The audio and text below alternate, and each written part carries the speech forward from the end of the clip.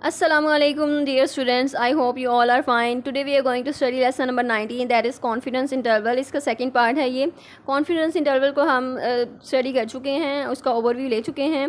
अब confidence interval जो है हमारे पास पहले सैम्पल मीन्स का हमने फाइंड आउट किया था.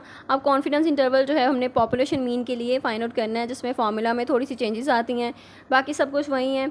और इसमें जैसे कि CI है कॉन्फिडेंस इंटरवल, वो हमने फाइंड आउट करना है पॉपुलेशन मीन के लिए. तो एक्स बार जो है वो पॉपुलेशन मीन है हमारी, प्लस माइनस जो जी है हमारे पास वो जी डिस्ट्रीब्यूशन में जो क्रिटिकल वैल्यू है उसको हमने देखना है. एंड देन स्टैंडर्ड डेविएशन है, उसके बाद एन जो है हमारा पॉपुलेशन साइज़ है.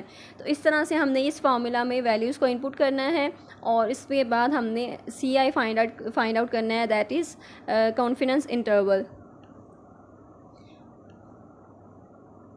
अच्छा, rule of for sample means ये बहुत इंपॉर्टेंट है, क्वेश्चन भी आपका इंपॉर्टेंट है, क्वेश्चन पेपर में आया हुआ था.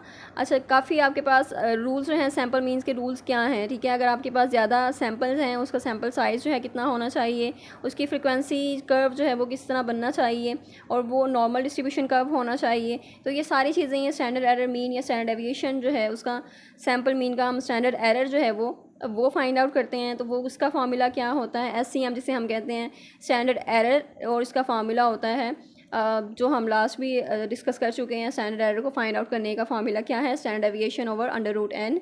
तो इससे हम फाइंड आउट कर सकते हैं. एंड देन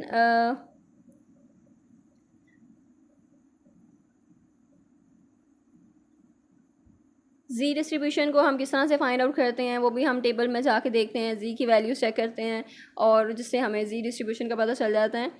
एंड इसमें जस्ट आपने इसको रीड करना है, जो एग्जांपल्स इन्होंने दिए हैं उसको आपने स्टडी करना है, सो दैट आपकी अंडरस्टैंडिंग जो है वो इम्प्रूव हो सके, आपको मज़ीद चीज़ें क्लियर हो सकें.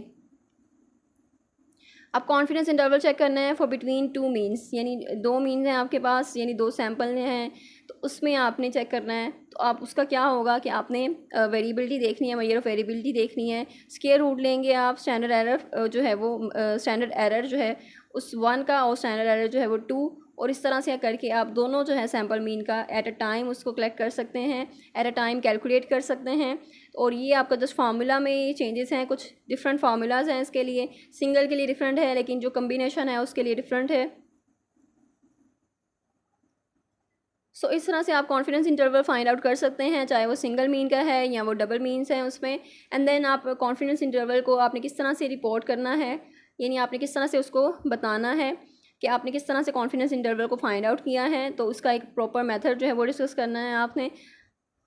एंड देन ये एक SPSS में अगर आप इसको कैलकुलेट करते हैं तो आपके पास जो डेटा है आप एंटर करेंगे तो वो आपको रिज़ल्ट बता देगा, यानी वो 95% जो कॉन्फिडेंस इंटरवल है वो काउंट करके वो बता देगा. और ये मैनुअल यानी आप नहीं करेंगे, आप फार्मूलाज वगैरह नहीं लगाते, आप जस्ट उसको डेटा देते हैं और SPSS ने आपको वो फाइंड आउट करके बता देना है कि कॉन्फिडेंस इंटरवल जो 95% वो इसकी प्रोपोर्शन जो है उसकी इतनी है. I hope I made it clear. और ये आपके मिड टर्म की जो एग्ज़ाम की प्रिपरेशन है ऐसे हो जाएगी. और बाकी इसके अलावा जो MCQs हैं या फिर शॉर्ट क्वेश्चंस हैं उसके आइडिया के लिए आप अलग से वीडियोस देख सकते हैं. एंड अगर आपको अभी भी कोई कन्फ्यूजन है या सब्जेक्ट आपको डिफ़िकल्ट लग रहा है, चीज़ें समझ नहीं आ रही, अगर फ़र्स्ट टाइम आप स्टैटिस्टिक्स वगैरह पढ़ रहे हैं या मैथमेटिक्स का जो है वो देख रहे हैं, तो उसके लिए आपको क्लासेस जो है वो अटेंड करना होगी. आप अलग से क्लासेस भी अटेंड कर सकते हैं, और उसके लिए आप कम्युनिटी में जाकर पोस्टर को चेक कर सकते हैं. सो ऑनलाइन क्लासेस का पोस्टर है वो वहाँ पर आप कॉन्टेक्ट कर सकते हैं. Thank you so much. अपना बहुत सा ख्याल रखें, दुआ में याद रखें. अल्लाह हाफिज़.